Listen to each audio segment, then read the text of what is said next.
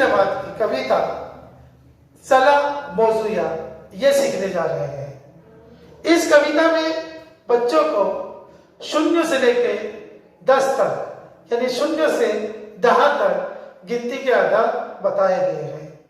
अगर हम इस कविता को गौर से समझेंगे, सुनेंगे और याद करेंगे तो इंशाअल्लाह बच्चा 1 से 0 से 10 तक गिनती मराठी में आसानी से सीख लेगा।